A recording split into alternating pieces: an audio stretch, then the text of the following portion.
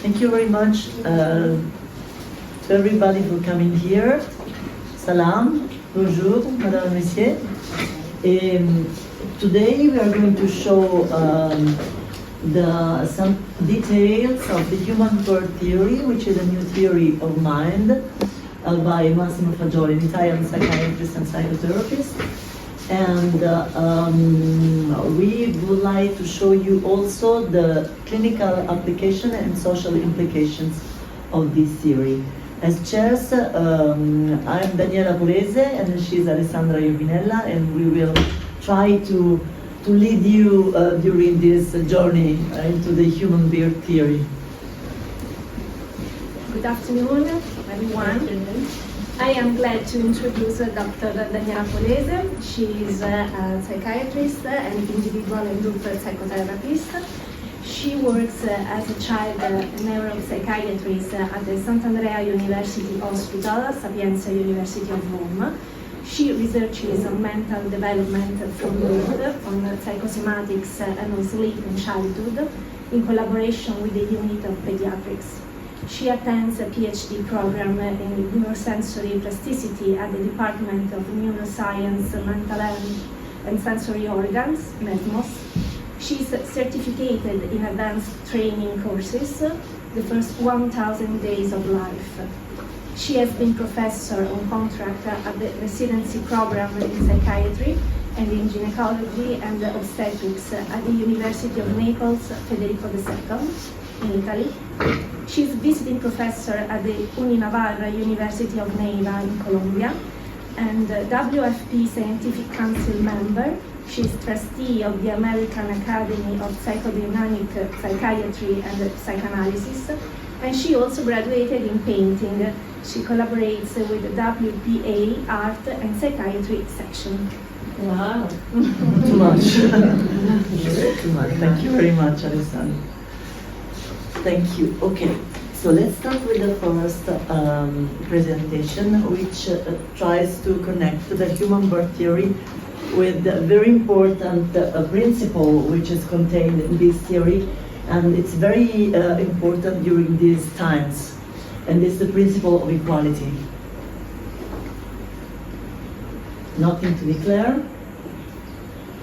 Okay. The WHO defines health as a state of complete physical, mental, and social well-being, beyond merely absence of disease or infirmity. And this is very important. I think that we need to reflect on this. On the other hand, in psychoanalysis, usually we have always considered the unconscious as naturally pathological. Indeed, in pathology, psychoanalysis usually interprets that we have a regression to the primitive state. So unconscious is a chaos of primitive and perverted partial drives, and children are considered as polymorphous, purpose, and autoerotic. And this is supposed to be our nature, which is not really physiological. Even after Freud, we got great researchers like Melanie Klein, Wilfred Bion, and Margaret Muller, but they still were there, close to the concept of natural pathology at mind level. Klein talked about paranoid schizoid position. We know about the role of psychotic personality by Bion. And Margaret Muller stated that the psychological birth was after the body birth. Mm-hmm. So she theorized this split, original split in a human being. We would like to introduce human birth theory in contrast with this way of seeing the unconscious. And we have more an application of the concepts that we have in medicine of physiology. So we have a natural functioning of the unconscious, which is called non-conscious to distinguish it from the Freudian one. The physiopathology as a loss of this natural functioning, and so the therapy is aimed at restoring this lost physiology. Human birth theory was written by Fagioli, as I told before, and the first book of theory has been translated in German, French, English, and Spanish and Portuguese is coming.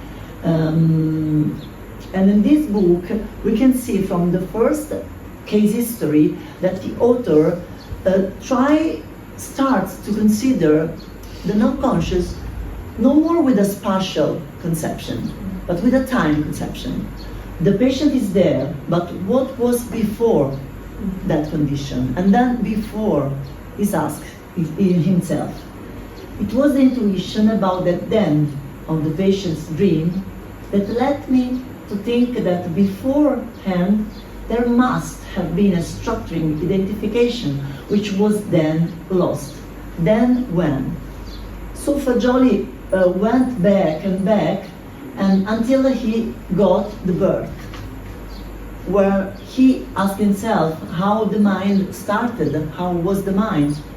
And he said that he noticed that before birth, the fetus into the intrauterine condition is in a condition of homeostasis, basically. Darkness, silence, warm amniotic fluid with a very low sensitive stimulation. Compared to the afterbirth, where there is a stimuli bombardment, noise, cold, handling, and finally light stimulus, which can get the central nervous system through the retina immediately. And then he theorized that the first breath and wail are after this activation of the brain. And he also considered that the brain and mind must go together. So it is a conceptualization of the origin of human life which established that psyche and biological reality, the mind and body, go together.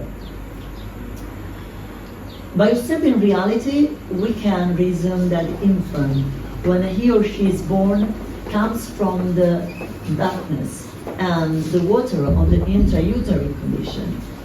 The newborn comes, and it sounds logical, says Fagioli, from a previous stage. We can therefore assume that the newborn will react to being expelled to the bombarding stimuli in the new situation that shock him or her by wishing of and fantasizing about returning to the previous stage. The truly new condition, which previously was absolutely and totally non-existent, is only light. So see how the sequence of the happening is focused for Fagioli, and is considered very important. So we published, we reflected about that, and we published a debate article in scientific literature just about something that must happen before first breath. And we considered the primacy of the central nervous system as the first happening, like a brain activation in reacting to light, and a contemporary mind formation. It's very interesting how after 50 years, many researchers consider the importance of the extrauterine exposure in infants. This article, for example, has studied that the brain newborn, for preterm newborn, accelerate after birth, trying to get the term newborns of the same age. That means that the impact of an extrauterine environment is so strong that it can change the normal brain development. And this is also about the fetuses of the same age. They stayed back compared to the newborn of the same conceptual age. Okay? So Dr. Maria Letizia Riccio proposed us to connect this theory to the very recent discoveries about the third type of retinal cells. Particularly the intrinsically photosensitive retinal ganglion cells are very different from the classical cones and rods. They are already active at birth and mature, and they're very fast in the transduction of the light stimulus into neuronal depolarization, creating immediately a neuronal transmission through all the brain, because their neurons go to all the brain, their axons, sorry. And these cells are connected to the circadian rhythms more than vision. So it's like a vision, non-vision. It's called a non-image forming vision, which is strictly connected to life. The Cernagor, who is a researcher, very smart, wrote an article about these cells saying that second sight comes first. This is always our article, and we can see how the first second of life has different steps. We did a screenshot in a birth, and we can see how the lung are collapsed here, and the muscles are hypotonic, and the skin is cyanotic. While here, after 8 seconds, this is 4 seconds, here 12 seconds, we have the first breath with the skin pink and the muscles tonicity, and that's what's happened between the first and the second. It's a brain activation that we cannot be seen, but can be seen as well. There are several neurobiological events which happens at birth we have studied. Also Professor Gatti showed this GABA switch from excitatory function during the fetal stage to inhibitory function for the newborn, and also the disappearance of a sublate area. And it was also, we have to mention Virgili Colamedici Carpinelli Nicolai, who brought first these neurobiological changes. And this can be related to human birth theory.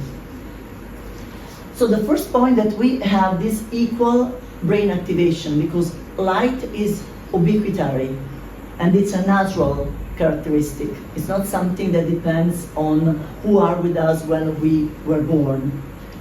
The second point is this research with a group from Lille, France, about the early life experiences and development of adult disease with a focus on mental illness.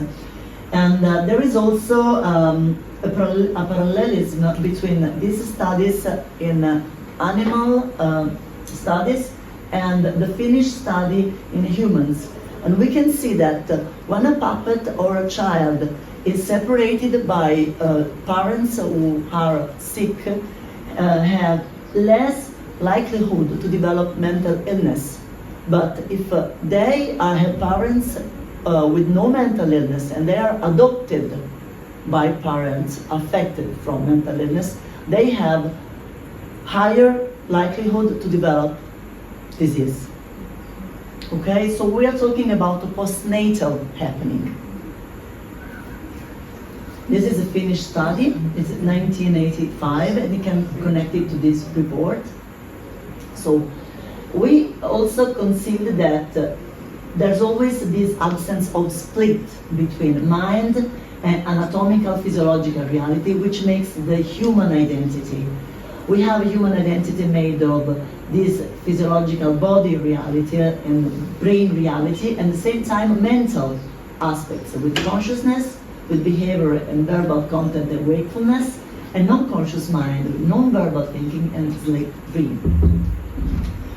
So this makes also ourselves capable to do a relationship between other human beings. Infant research showed it before, thanks to Daniel Stern's research, then to her Beatrice Bibi, and they show up as in infant age 4 months is able to relate specifically with his or her mother or father. And it's very, very, very interesting that only in 2022 they published an article where they studied preterm newborn in the intensive neonatal care, showing that the interaction between the newborn and another human being is present and is differential, comparing mother, father, and doctor. So, going back to the human birth theory, what Fagioli go concerning the mind formation is also discovering this disappearance fantasy. That is exactly the dynamic that he brought about for what the mind started his functioning. And we consider the reaction to light again. So the nature is too aggressive and the mind needs to defend against the nature. So he theorized an annulment drive, and then he translated an annulment pulsion, like in Italian, pulsione di annullamento, which is a reaction to this light, imagining that the light does not exist, thanks to the capability to react and the vitality of the newborn. But at the same time, the newborn is not closed on itself, on his own, on her own, but thanks to the trace left on the skin by the contact of the amniotic fluid during the previous stage, he has this sensation of the existence of another body and of another human being. So he, between the black out against the inanimate and non-human world, he's go toward the human world. So he's not closed and is capable to interact and to relate to other human beings. And so this is the disappearance fantasy. But after starting the breastfeeding, the annulment pulsion can be present against the other human being if the newborn is disappointed. So vitality go down, and annulment pulsion is no more against nature, but against the others. And this pathological cycle can be established. So considering this theory, there is a human-birth equality because we all have same characteristic at birth before breastfeeding, and we can go directly to physiology with an absence of mental illness, an absence of split with a non-conscious physiological functioning, or we can have postnatal pathogenic factors in unconscious relationship during the first year of life or a bit later with psychiatric and psychological disease. But that psychodynamic psychotherapy can be aimed at healing this condition, to restore, to try to recover this physiology. So in conclusion, I would like to say that human beings, according to this theoretical formulation, are born with equal mental capabilities and skills before breastfeeding, independently from the social, economic, and cultural status. Second, if pathogenetic factors occur after birth, particularly during the first year of life or later, psychotherapy is aimed at recovering the original human capabilities through a relationship which is able to call back that original characteristics. And these words summarize the human characteristics at birth for Fagioli: reaction, pulsion, vitality, creation, existence, time, capability to imagine, strength, movement, sound, memory, and hope, certainty of a breast existence. I would like to conclude with this citation of Nelson Mandela. No one is born hating another person because of the color of his skin or his background or his religion. People must learn to hate. And if they can learn to hate, they can be taught to love. For love comes more naturally to the human heart than its opposite. Thank you. Thank you.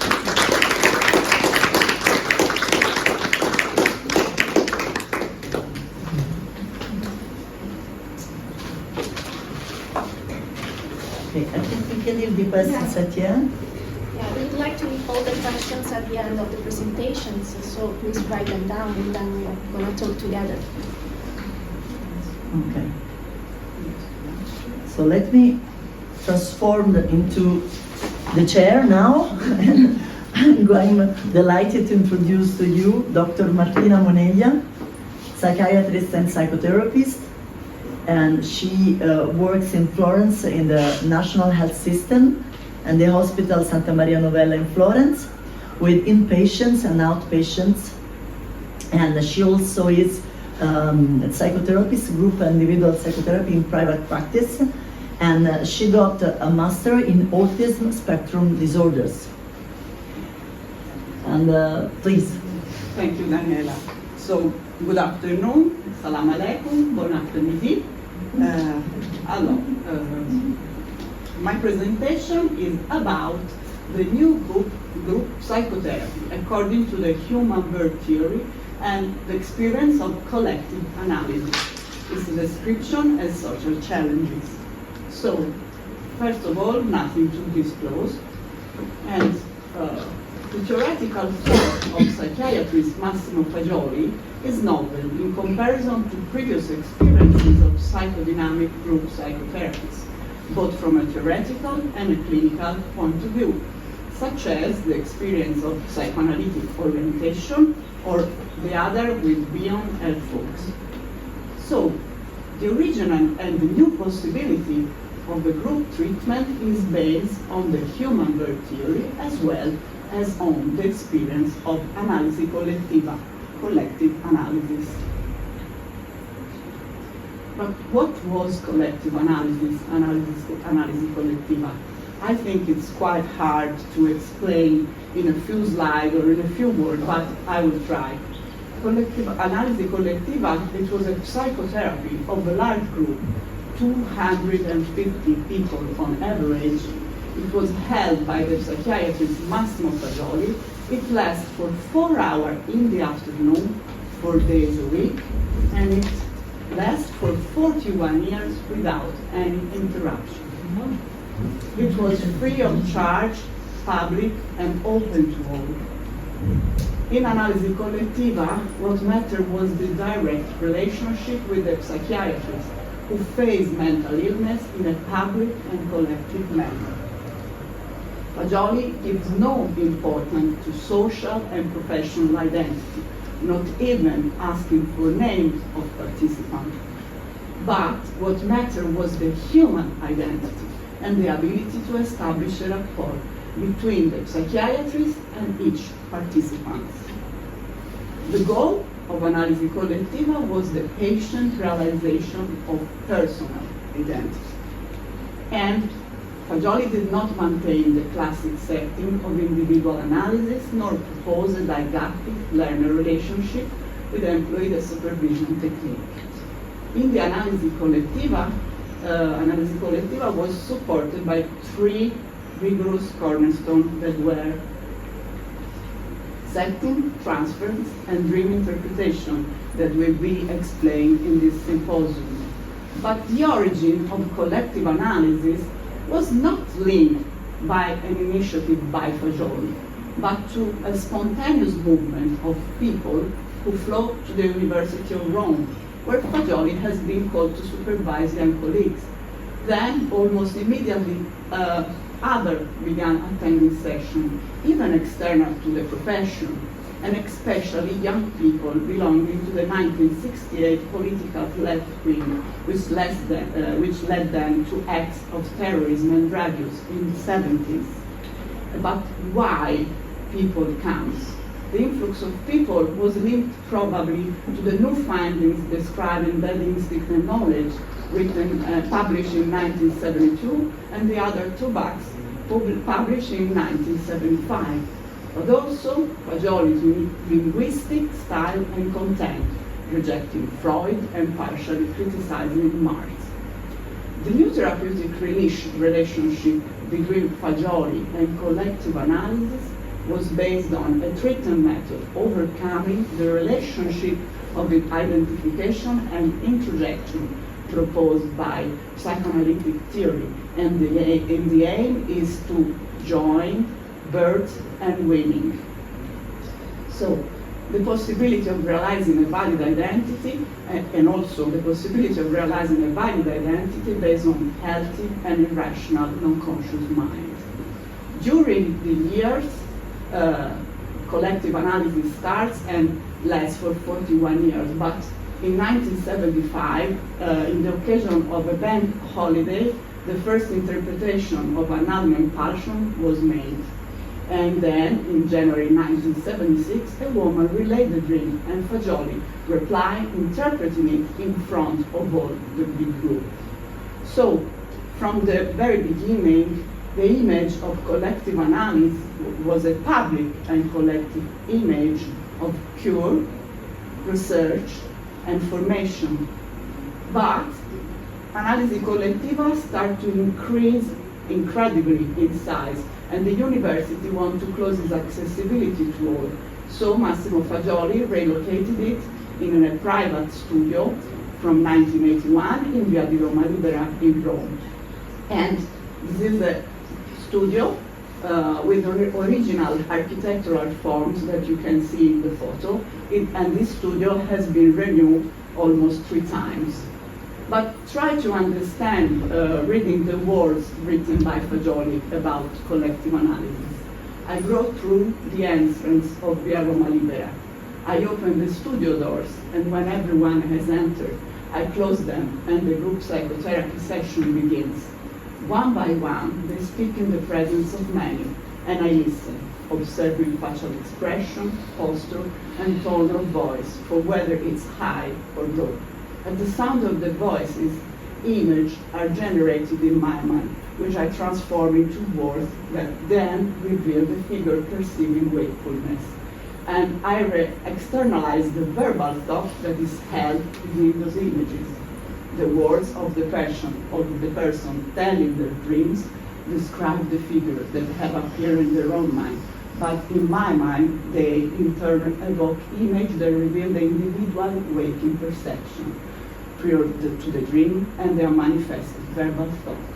Those, the act of interpretation, enable both conscious perception and latent thought to be known.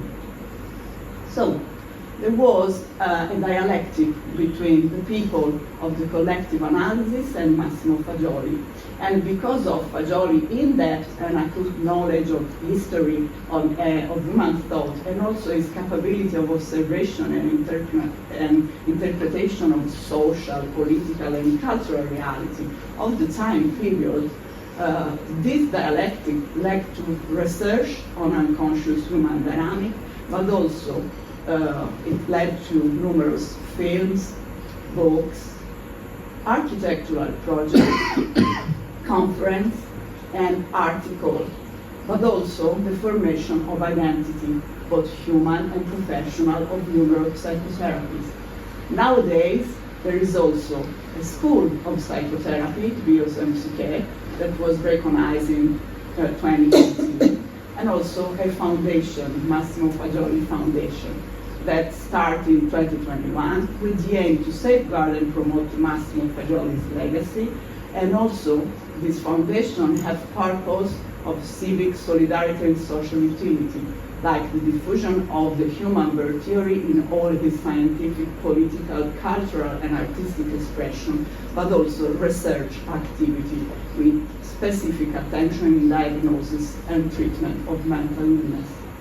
So now let's go through the second part of my presentation and try to explain how we can pass from analisi collettiva to the new group psychotherapy.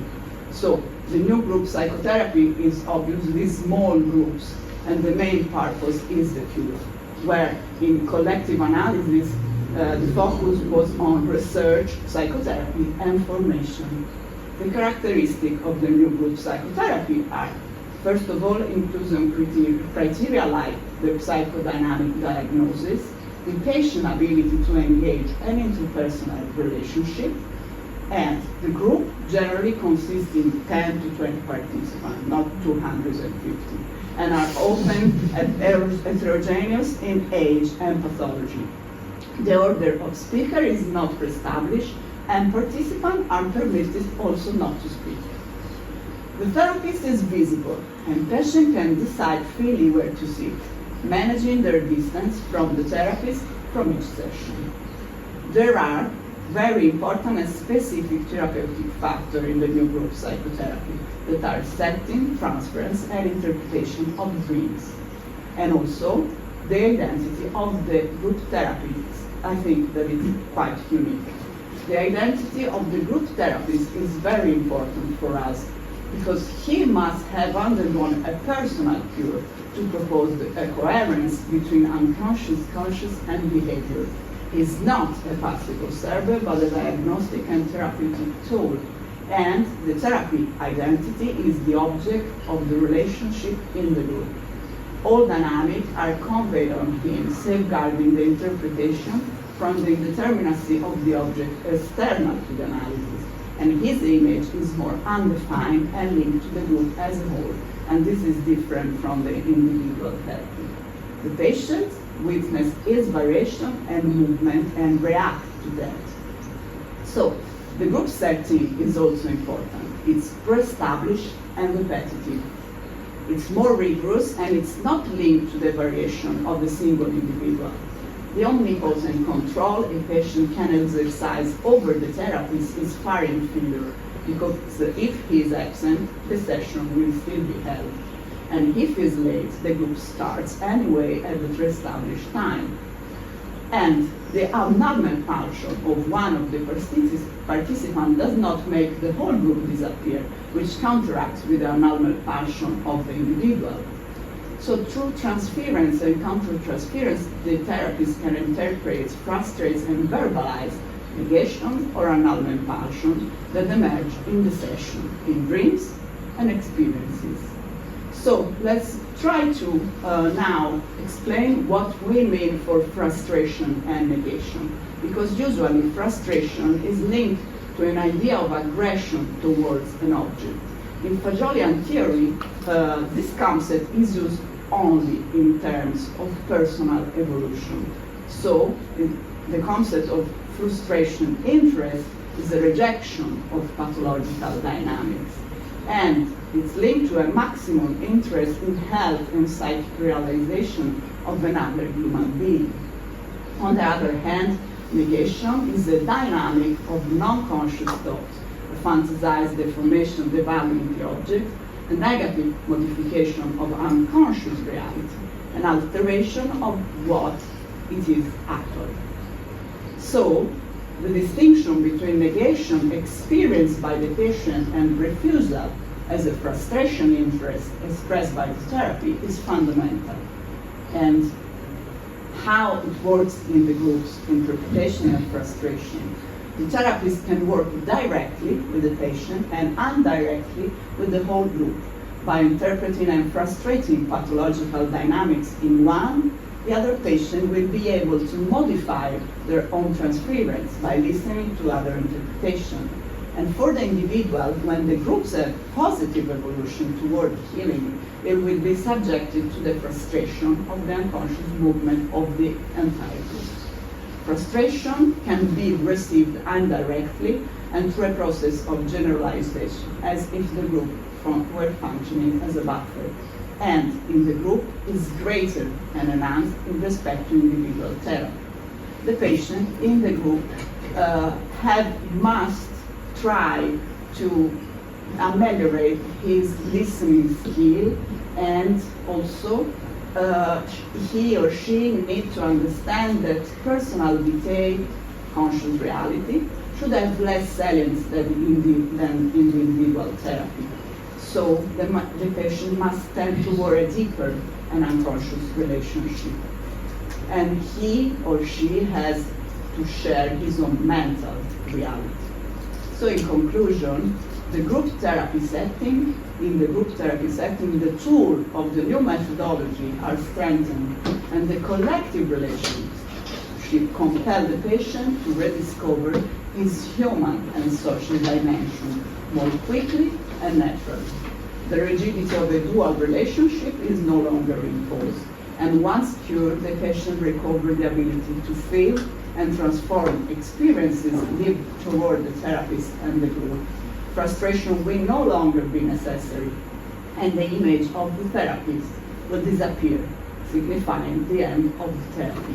The separation will no longer be experienced as a mourning, abandonment, failure, or emptiness, but as a new autonomy and a new life conquered, thanks to the concrete experience of a valid relationship. Shukran. Merci. Thank you.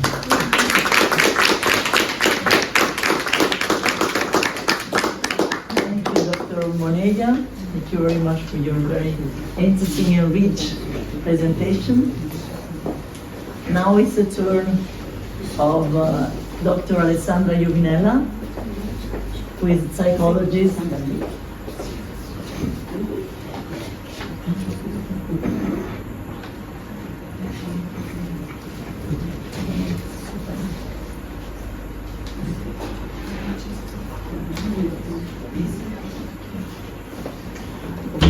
Sorry, I was introducing Alessandra Iovinella, psychologist and psychotherapist.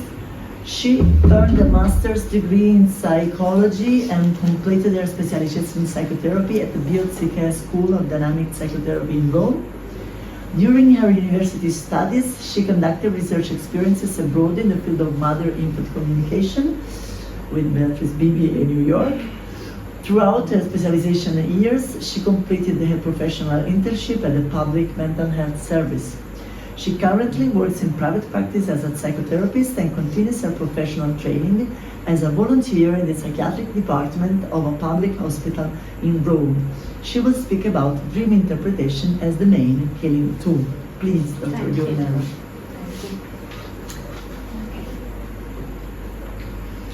I have nothing to disclose.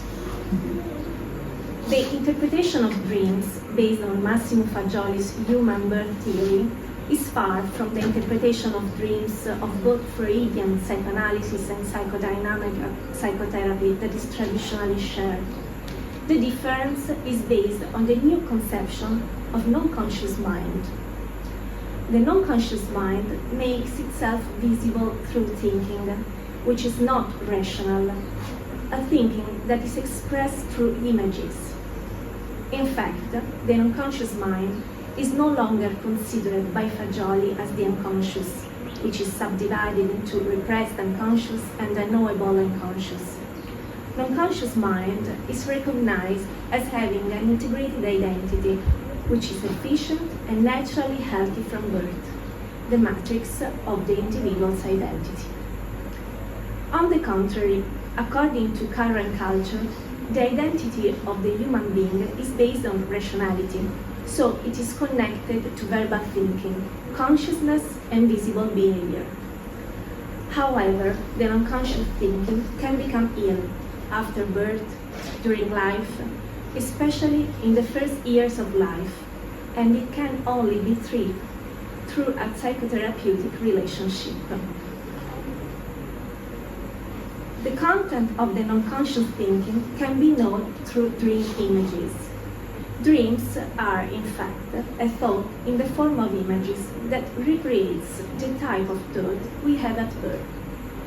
The mind at birth has the capacity to create images, as previously mentioned, from the simple tactile and visual stimuli, not from conscious perceptions of defined shapes and figures. Dreams represent a transformation of lived rational experiences into images. They speak to us about these experiences. Thus, dreams reveal a capacity for a precise, intelligent, and emotional relationship with reality, or conversely, an altered, degraded, and cold relationship if the person is ill. Therefore, dreams and their interpretation are fundamental elements in psychotherapy, both in research and in practice. I had a dream, a Mexican plateau surrounded by barren mountains. The whole ground is as if turned upside down, as if it were being dug up by an enormous spade. The landscape, severe, without vegetation, is of a beauty that leaves no way out. In the center of the plateau, there is a ruined house in grey stone from which I see all my women relatives emerge in single file. They are dressed, some in grey, others in black. They are going to the funeral of one of them. I observe them as they walk along the side of a hill, as in the dance of death, which is the last scene of the Seventh Sea. I know that, after the funeral, the house will be razed to the ground. The dream reported is a clinical case of depression described by the author. According to Fagioli's theory of mind, it is also possible to understand a patient's psychodynamic diagnosis from his or her dreams. The author tells that after this dream, the patient falls into a profound depressive crisis, which she tries to compensate with euphoric behavior to mask the depression. From the dream, it appears the desolation of a landscape without vegetation, an affective upheaval, a catastrophe which is similar to the anguish of the end of the world, as interpreted by the therapist, and a dream image which he literally describes as an absolute image, light without shadow. The desert suggests that everything is motionless, unchangeable, the loss of hope of being able to love, up to the hopelessness typical in severe depression. Through dreams and the psychotherapeutic relationship, we can interpret not only the behavior of the patient and the conscious thinking, but also and above all, the non-conscious dynamics which tell the story and the relationships that patients have experienced. A woman died, and the women's relatives were leaving the house that was to be demolished. There was nothing, not even the house in which the patient had tried to build her identity as an artist, interprets Fagioli.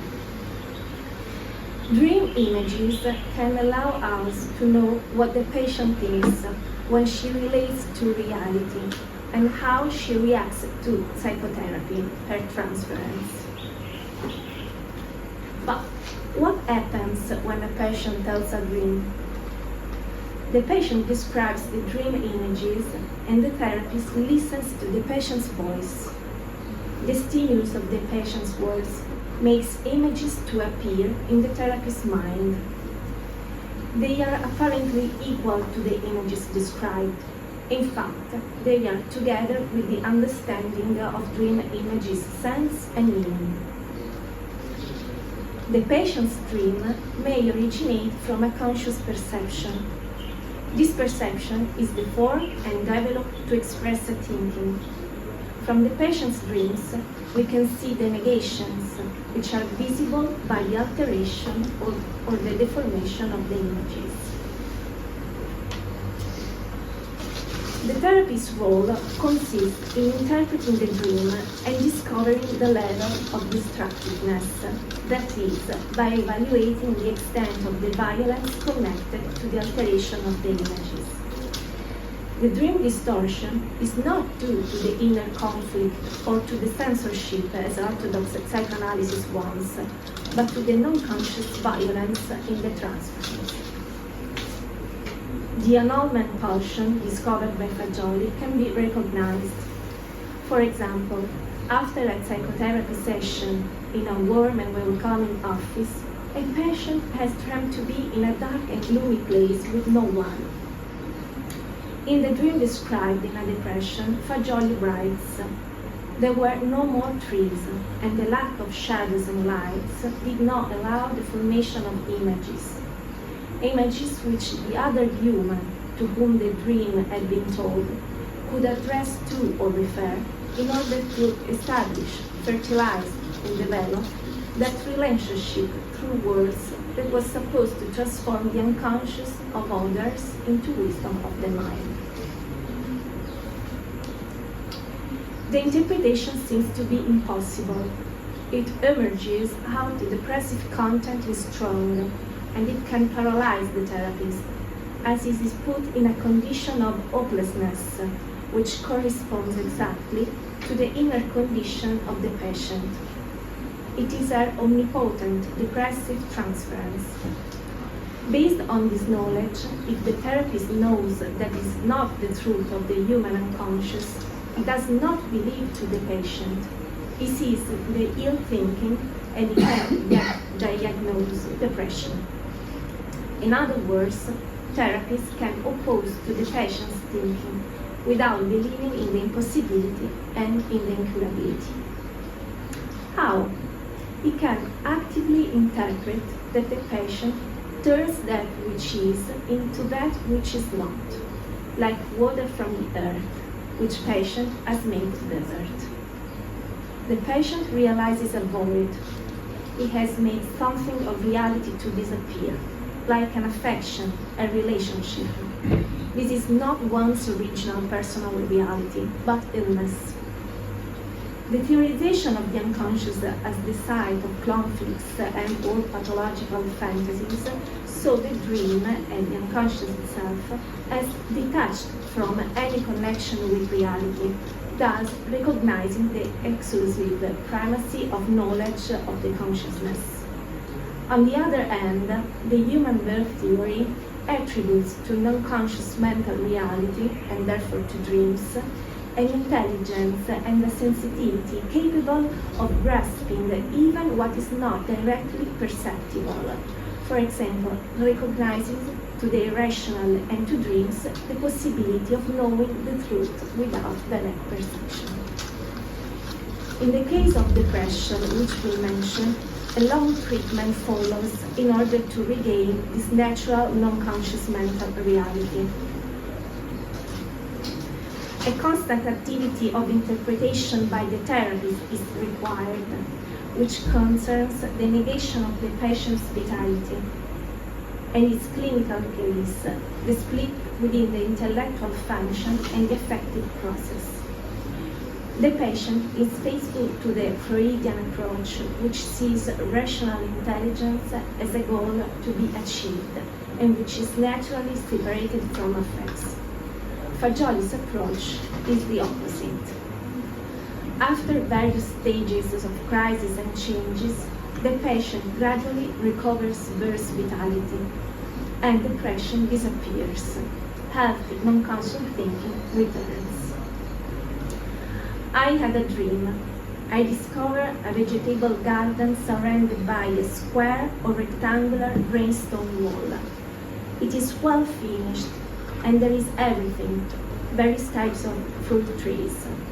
I also see some red tulips. I like it a lot. However, I see that the layout of the rooms is a bit rational. An enormous fawn horse appears behind the back wall. I know it will come into my house. The picture changes. The big horse is about to enter my house, and I'm a little worried about the size. Inside the house, among various characters, there is a woman who is accused of having hurt her 20-year-old son in the past. Now she is drying glass goblets. I understand that she does it with great care because now she wants to do things right. The glasses are sparkling. Fagioli writes, the non-conscious represents and tells. The stimulus is the written sheets. The representation is a well-finished garden with rows of fruit trees. The layout is somewhat rational, a negation largely mitigated by the enormous tawny horse vitality. The interpretation continues on every detail of the dream and is masterfully described in the pages of the article A Depression. The therapy comes to an end because the patient heals. The great novelty of psychotherapy based on the human birth theory is evident in the active interpretation of dreams by the psychotherapist, who is not a silent observer, nor does rely on the technique of the free associations. This is because the patient's ill thinking, even at non-conscious level, alters reality through relations and annulment, and patient cannot contribute to understanding his own pathological dynamics. In conclusion, starting from clinical experience, Fagioli theorizes the physiology of the non-conscious mind and understands that the images of dreams are not hallucinations, nor fake realizations derived from unsatisfied desires in daily life. On the contrary, they are silent images to which the therapist's interpretation connects a sense. This is the specific factor of treatment in psychotherapy. Very often, in various psychodynamic orientations, dreams have been considered pathological phenomena, equivalent to morbid symptoms. However, we know that the humanity has always been interested in dreams, even considering them as carriers of deeper knowledge. Finally, the human birth theory restores to the dream the dignity of a purely physiological, universal, and characterizing psychological phenomenon of human nature. For the knowledge of this new interpretation of dreams, we also refer to the numerous clinical cases described in Fagioli's first book, That Instinct and Knowledge, now available in English, French, German, and Spanish. Thank you.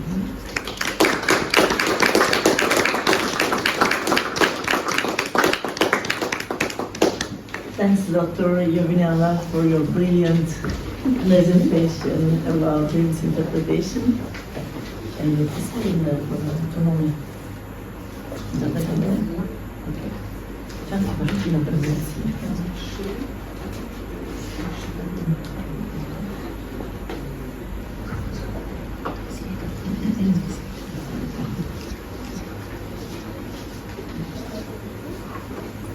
Okay. Now, I'm glad to introduce to you Dr. Giada Gallone. She's presenting a work that she wrote with Dr. Martina, who today cannot be here, and it's a very interesting work that they did together. Dr. Giada Gallone is a psychologist specialized in psychotherapy, and she currently works as a psychotherapist and school counselor in Rome, Italy. She holds a master's degree in psychology from the University of Rome Sapienza, and she recently completed its specialization in psychotherapy at the Biopsyche School of Dynamic Psychotherapy in Rome, Italy. During the specialization, she conducted her training at the Department of Mental Health in Rome. Please, Dr. Gallone, thank you very much. I'm nothing to disclose. My presentation is about psychodynamic therapy based on the human birth theory, a Delphi consensus study on the therapeutic methodology. In recent years, research on psychodynamic therapy has increased, and evidence for its efficacy is beginning to accumulate. Notably, with respect to other types of psychotherapy, positive effects of PGT were found to be stable or increased in follow-up assessments. In many existing studies, there is a lack of information about the therapeutic methodology and its systemization. PTT is a wide group of therapies, each one with a specific theory and therapeutic methodology. The treatment integrity, meaning the extent to which a treatment is carried out as intended by the author, is another issue to consider. Before conducting efficacy studies, a clear definition of the theoretical framework and a description of the therapeutic methodology are needed. The present study aimed at identifying key components of the PGT approach based on the human world theory formulated by the Italian psychiatrist Massimo Fagioli and his clinical practice known as analisi collettiva, a large dynamic group involving 200 people per session, 4 sessions per week, lasting a total of 41 years from 1975 and 2006. The present approach can be considered an independent, general, and time-tested model of psychodynamic therapy. It is empirically tested by a large number of therapists in several psychiatric disorders. Even if a lot of therapists practice individual psychotherapy, it is possible to define it as a group psychodynamic approach. In fact, this therapy is framed with Massimo Fagioli inside Analisi Collettiva. For this reason, we decided to study the key components of this approach, focusing on PGT. Thus, the aims of the present study were to determine the extent of consensus among the therapists on the essential theoretical and therapeutic elements in this PGT, and to permit a comparison between key ingredients of this approach and other PGTs. Following previous studies, the Delphi method was used to obtain experts' opinion in a systematic and interactive manner. It relies on a panel of independent experts answering questions in 2 or more rounds. After each round, feedback is provided to the expert with the aim of achieving consensus. The study steering group included 4 Italian therapists with a long experience in PGT and 7 researchers in the field of psychodynamic therapy and early intervention in psychiatry. Eligible participants were therapists trained in the specific psychodynamic approach practicing PGT. Of the 152 invited, 118 accepted to participate, but only 81, the 70%, declared to carry out PGT and were included. The majority of them were psychiatrists, mostly female, conducting PGT in private practice. At the time of the survey, 152 groups were carried out, with a total of 1,836 patients. This table highlights the major characteristics of the therapeutic practice based on the HPT. I'll leave you just for a few seconds to have a look. Now, let's go at the 3 stages of the survey. Stage 1, a preliminary set of statements describing aspects of psychodynamic therapy, was compiled using the theory text by Massimo Fagioli, contemporary text, and the previous research. Several statements previously identified as key components for PGT for psychosis were added. The statement of the recent research with the aim of comparing it to different approaches. Stage 2, the finalized questionnaire containing 90 statements was divided into 5 areas: therapeutic factors, therapist identity, setting, scope of therapy, and conclusion. The questionnaire was emailed to participants asking them to rate their degree of agreement with each statement on a 5-point Lega scale, from 1, strongly disagree, up to 5, totally agree. Stage 3, statements that reach a consensus of 80% were included in the final list, while statements that reach a consensus between 70 and 79% were sent out again to the expert asking to relate them. So, after 2 rounds, 55 items out of the initial 90 statements reached a consensus of 80% or more and were included in the final list. 35 statements received less than 80% agreement and were excluded. It seems that in this group of psychotherapists there is a high level of consensus on the principal components of the therapeutic process. Now let's look into the first area of interest, therapeutic factors. Following the literature, therapeutic factors were separated into non-specific therapeutic factors common to all types of PGT and specific therapeutic factors for this PGT. It is worth noting that for non-specific therapeutic factors, there was a consensus on 11 out of the 14 statements, but only 1 item reached a consensus of 100%. However, for specific therapeutic factors, there was a consensus on 5 out of the other 14 statements, but surprisingly, all of the 5 items reached a consensus of 100%. This is in contrast with the common factor theory that considers common factors responsible for effective therapies. In addition, the central role of specific therapeutic factors in Fagioli and dynamic therapy was confirmed in recent research comparing specific and non-specific therapeutic factors in Fagiolian and group analytic approach. Among the specific factors, the results indicated that the therapists strongly agreed in considering the HBT a therapeutic factor that allowed the efficacy of the treatment. But what does it mean that the HBT is a specific therapeutic factor for the efficacy of the cure? HBT is a general theory that permits the comprehension and the cure of mental illness.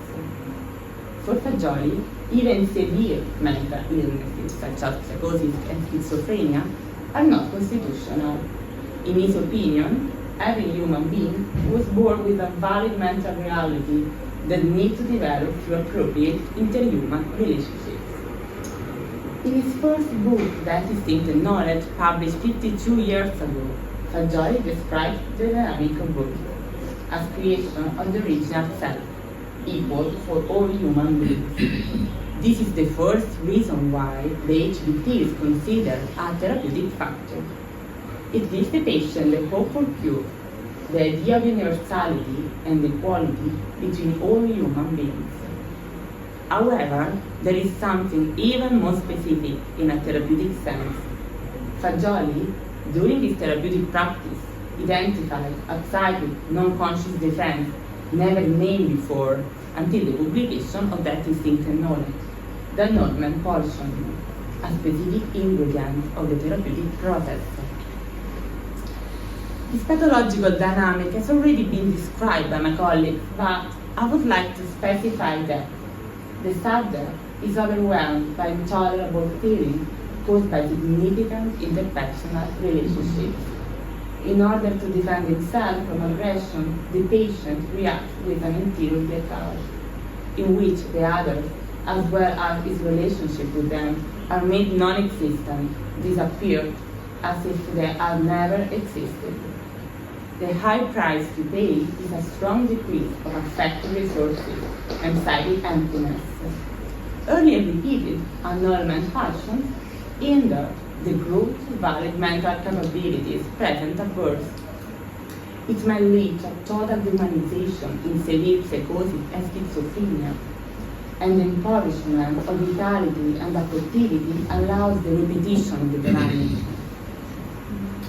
The way to deliver this theoretical consideration into the therapeutic practice is, on the one hand, the interpretation and expression of the Norman portion. On the other hand, it is to propose to the patient a valid relationship that does not lead to disillusionment, and for the therapist to understand the cause of pathology and deliver a cure.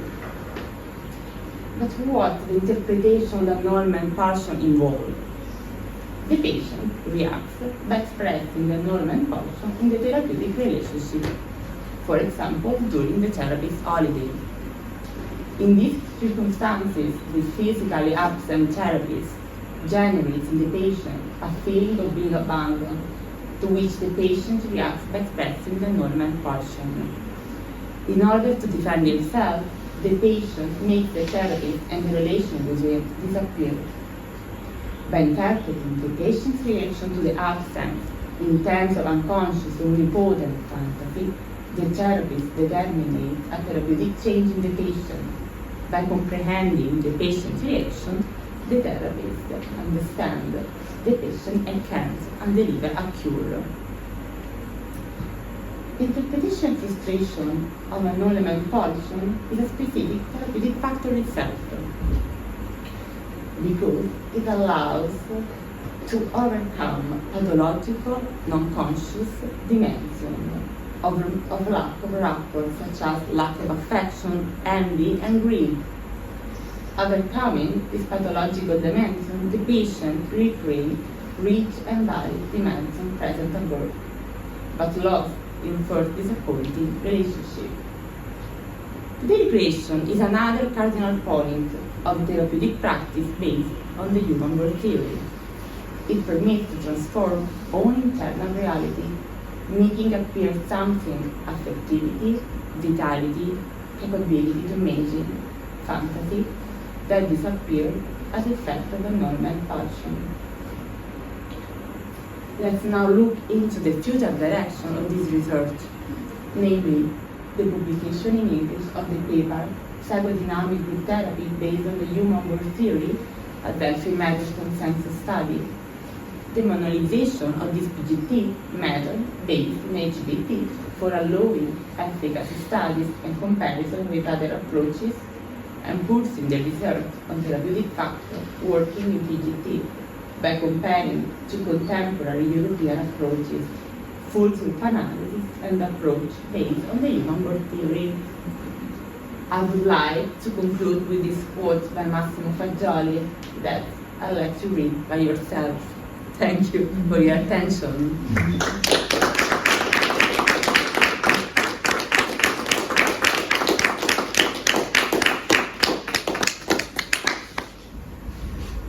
Okay, thank you very much, Dr. Gallone, for your fantastic presentation. It went very deep into the human birth theory as final presentation. We have probably time for debate. Yes, we started a bit later. We have a little bit for debate. Is anybody who wants to ask something? If there's any question, please. I would be interested, how would you describe the relationship between the annulment pulsion, as you call it, and what we normally call dissociation? For me, it sounded like dissociation.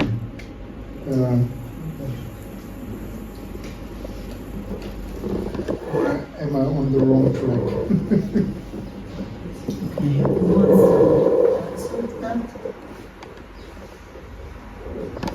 I try to answer. Okay. So basically, dissociation is generally connected to a clinical symptomatology, and it's very often also connected to hysterical diagnosis, dissociation. Okay.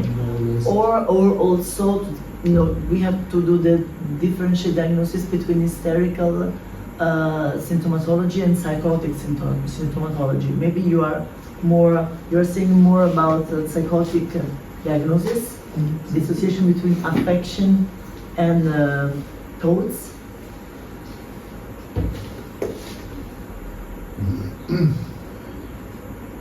More like schizoid dissociation from relationships. Maybe what Bjorn called attacks on linkings. Yeah, I understand. I try to get this concept of annulment pulsion because it's something very unfamiliar. Sure. And I try to find concepts which maybe have to get a link. Similarity. What it's more familiar. Yeah. Annulment pulsion is referred to an unconscious dynamics. That is a basic point because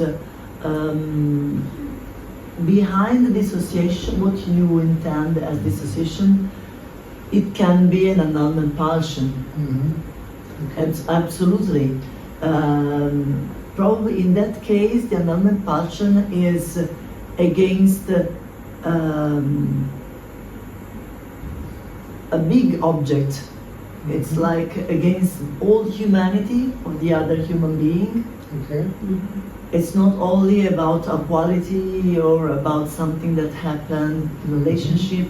So in the maximum, I don't know, for example, do you remember that Lufthansa flight who went down because the pilot decided to kill everybody? Yeah. Obviously, we don't know about him exactly, but we can imagine that the omnipotence in that case was like an acting out of an annulment pulsion against the passengers, against Lufthansa, again around all the world of human existence. So in that case is a total annulment. So is I think the most severe that we have, and the dissociation that you're talking about speaks about that. A strong annulment pulsion against the other human existence, the no materiality of a human being. And I think it can fit with your question. So it's more nihilistic. In this case, it's total, is absolute. But annulment pulsion is something that can be directed with different objects. You know, a relationship, time spent together, or capabilities of another people. It's a dynamics which happens and makes non-existence something connected to human relationships. Can be small or big, depending on the severity of the compromission, psychological compromission of the patients. And If I understood right, that this Zustand, was ist Zustand? Condition. That this condition is something which occurs to every baby which comes to the world in a certain moment. Yeah, against the nature, against the light. And the birth is still not violent because it's a defense against the non-human and inanimate world, which is this light specifically. But it's not against other human beings. Yeah. While there is a desire, a search for another human being because of this sensitive trace on the skin created by the contact with the amniotic fluid. Because there's a trace at birth, the skin is full of neurological innervation, and we got this print, a trace of the contact on the skin, of the connection. The problem starts when the annulment pulsion is against the other human being. So the object is animate and is human, and this is pathological. It's no more a disappearance fantasy. It's destructive. It's a fantasizing destruction in non-existence, but it's a pathological in that case. Physiologically, annulment pulsion should not be realized never against another human being. But what Fagioli wrote is that physiological annulment pulsion is still disappearance fantasy when we separate from a relationship and we create an image, a memory of this relationship. And so it's still not schizoid, it's not destroying, it's for creation. Separation is for creation, and so annulment partial plus vitality is disappearance fantasy. It happens at the weaning for the baby from the breast. It happens to every separation in human relationships. It happens between the teacher and the student. It happens between the psychotherapist and the patient at the end of psychotherapy, with the creation of an image. While in the pathological condition, there's no creation, there's an annulment of what happened between persons. All baby experience some frustration at the mother way. So the pathological annulment portion is coming really from the first year of life. I mean, every mother is, no mother is perfect. So I know. Everybody is Sure, developed, and this is the main defense mechanism. And how to heal it by new experience of how can you treat it? Well, we are very strong though, so we have to lose vitality a lot to make this annulment passion. It's not just frustration that it's an experience usually in life by all of us. It's more than frustration. It's a very strong and violent disappointment that starts to make a lesion on a psychic level for the baby. That's what's intended. It's not mathematic. Every frustration you lose vitality and you have annulment passion. Is very complex and over the relationships. But it's not possible to get a remembrance of these situations. They are so hard. In the first year, you have no memory for that. Yeah, no. I'm still trying to grasp the concept. So, could you describe it as a desire to get back into the womb? to avoid the sensory overload of reality, Yes. like this? Okay. Yes. Uh-huh. If you read that instinctive knowledge, there's a step about this desire to go back to the womb. Okay. At the same time, there's also this trace on the skin, which leads the newborn to look for another human being. Okay. Something warm and calm, like the amniotic fluid, Mhm. which is more animate than light. Okay. So And every human being has this annulment pulsion as a possibility, and you need constructive human relationships with the attachment figures and the environment to overcome it. I would say every human being has disappearance fantasy with vitality. Okay. So the annulment pulsion is creative, and a relationship can develop the original human capabilities. Mhm. But if something goes wrong too many times with too much intensity, then this pathological mechanism could start. Is amplified. Okay. But it's not natural, the annulment pulsion against Okay. a human being. It's pathological. Okay. Mhm. That's very important, because this is the opposite compared to the Freudian conception, which is the classical conceptions of unconscious that is kept even in the post-Freudian psychoanalysis. That was new in this theory, a different conception of the baby, of the unconscious, and the human nature, which is independent from the relationship. So we all have these capabilities, particularly capability to imagine, capability to react, and it's thanks to the nature. And nature is always same everywhere. Photons are everywhere before breastfeeding. Okay. And that's very important for this Congress, because it's about social implication, our social role as psychotherapists in the society. And it's very important to define that every human being can be helped, even from different origin, culturally, socially, religiously. You know, it's that's what the contribute that we wanted to bring. And the role of the therapist is to control frustrating or having situation? Yeah, this. Yes.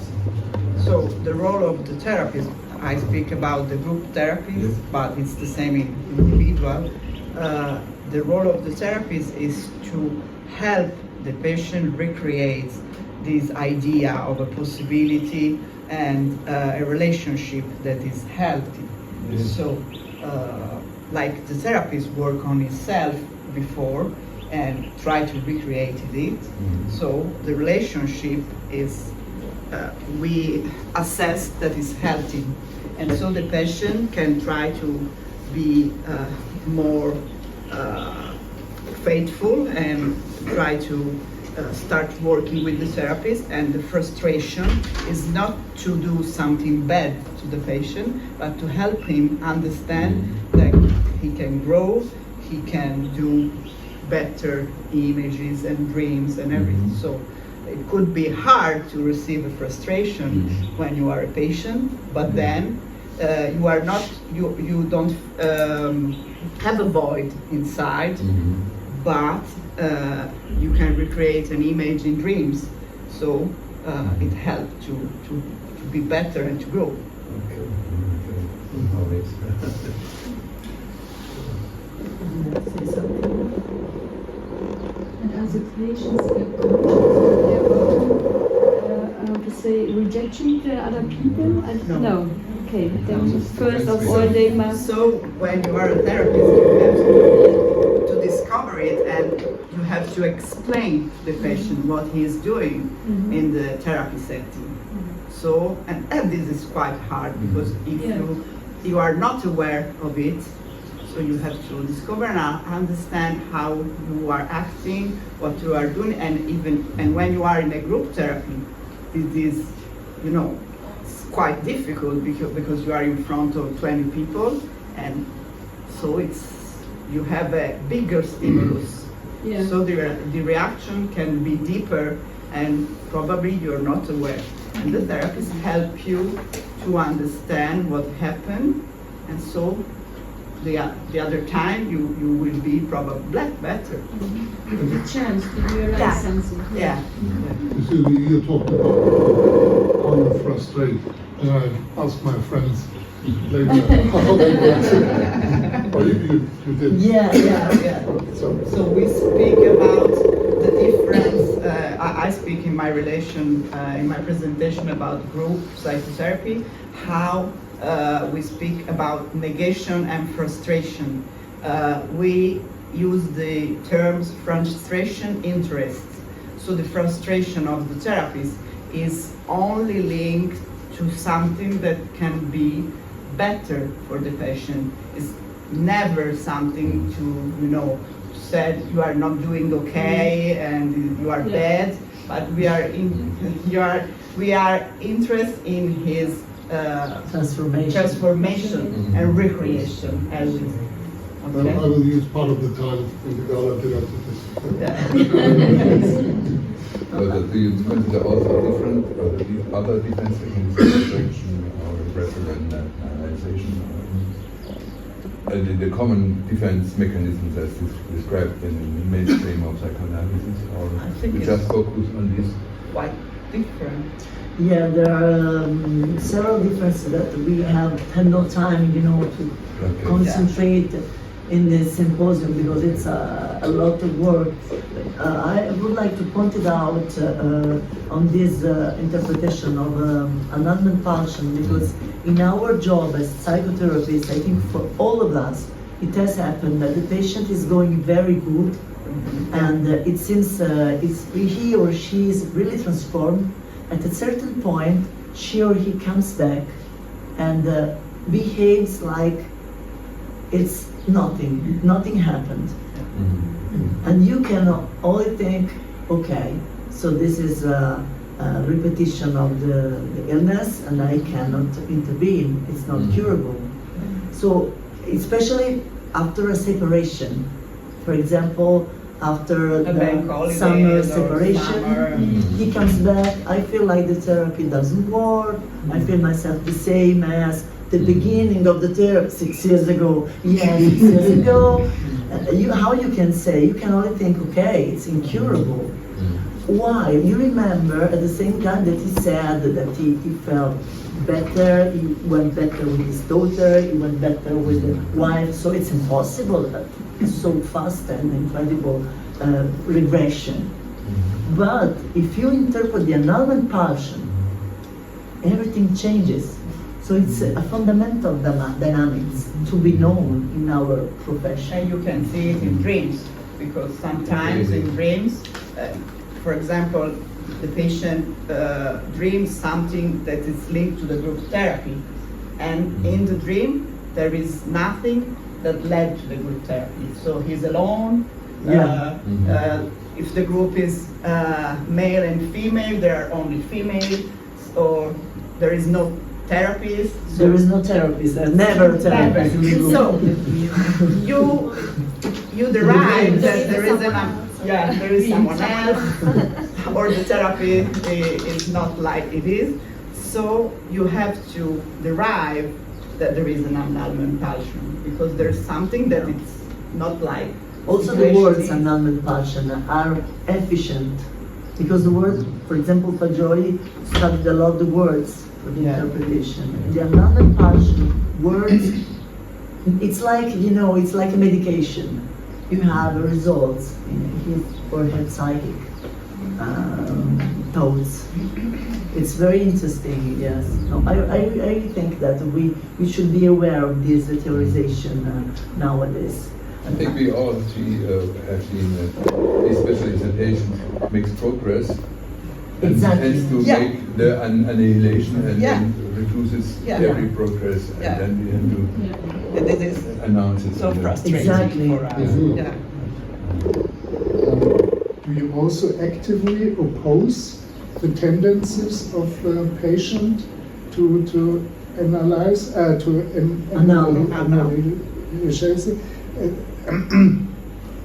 So in kind of, I won't allow you to make me disappear. I'm here. Speaking. I won't relationship. Sure. I won't contact. We are very active. Okay. As we. It's not only when we interpretation, but also active seeking the relationship and making contact and challenging the patient. Without physical contact. No, emotional contact. Emotional, yeah, absolutely.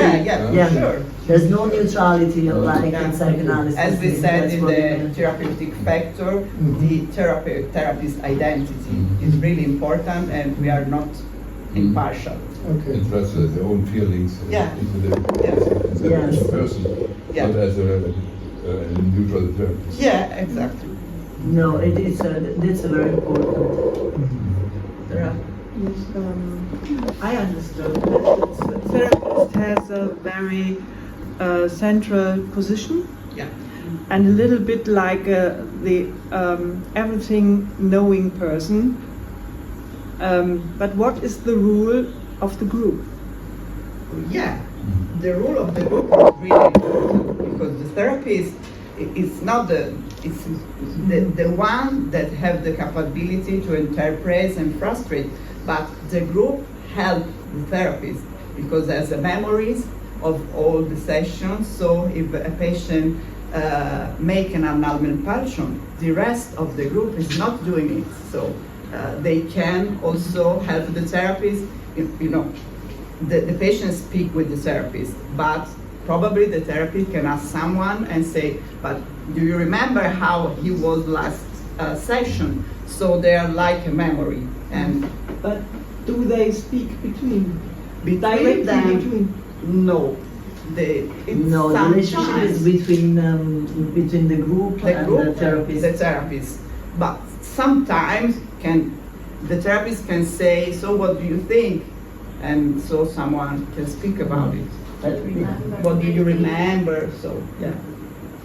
But the group is really important because can help the patient to receive the frustration with less power, or the group can listen, and in the group the people can listen to different interpretation, and even if they don't speak, they can say, okay, this means something to me, and so probably it's easier to receive something that directly can be so too hard, or it's not the moment for one patient to receive this kind of frustration. So it's really important to the presence of. I would like to remark that the therapist is not an everything knowing person. Yeah, for sure. That's very important because the therapist has this merge between human reality with emotion, feelings, and professional, his professional identity. So, for example, if there is something that you do not know, you don't have, simulate that you know it. No. I cannot say, I don't know this, I didn't get this. Because you have to be real. Sometimes you can say, okay, You cannot be fake. I'm not sure about this dream's interpretation. I'll think about it. And probably you wait for the next session, and so we are not the. Yeah, we're not taught. No. No, it's very important This is because really usually in important. psychoanalysis the activity of therapist has been considered also as a paranoid position or an omnipotent position, while it is an activity in the sense of the relationship, the presence into the relationship, not being upper, higher than the patient. No, it's also a medical position. A doctor can do jokes, can express himself, but keeps stay being a doctor, a medical doctor in any case. So we transferred this identity from a theoretical point of view and practical point of view into the psychotherapeutic setting, which is also true for a psychologist of our school. So, which has these medical attitudes and basis as well, in the sense of the method.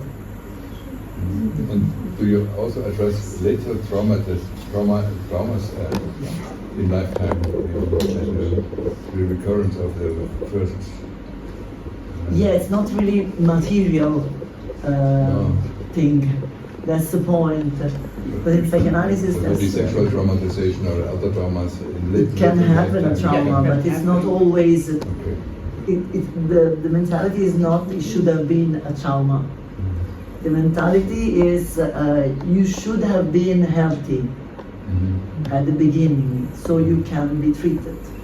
Let's see if we can, because I cannot ensure that I will treat you. Like but in I know medicine, that someone you can be cured and someone can be helped. So there are different stages. But there is this image of a healthy body and a healthy mind that is pretty original and distinct. Would you like to say something about it? I would just like to specify about the recreation. Maybe it's important because we can say that recreation is one of the aims of our approach, because it allows to recreate something that the patient lost in his first disappointing relationship. So with recreation, the patient can recover affectivity, capability to imagine, affectivity, and sometimes it happens, for example, with interpretation of dreams. Interpretation of dreams is another cardinal point, because it's something that through the interpretation of dreams, patient and the therapist can communicate, and yes, there is a verbal communication, a verbal language, but it's a kind of language by images. So it's something that connects to a deeper condition, for example, the first years of the newborn. And there is a request that we come to the end, because now the poster presentation is due. We felt too much at home here. We have to It's very interesting. Yeah. So we are going to conclude the session. Thank you everybody for being here, and enjoy your time here in Marrakesh. Thank you very much. Thank you.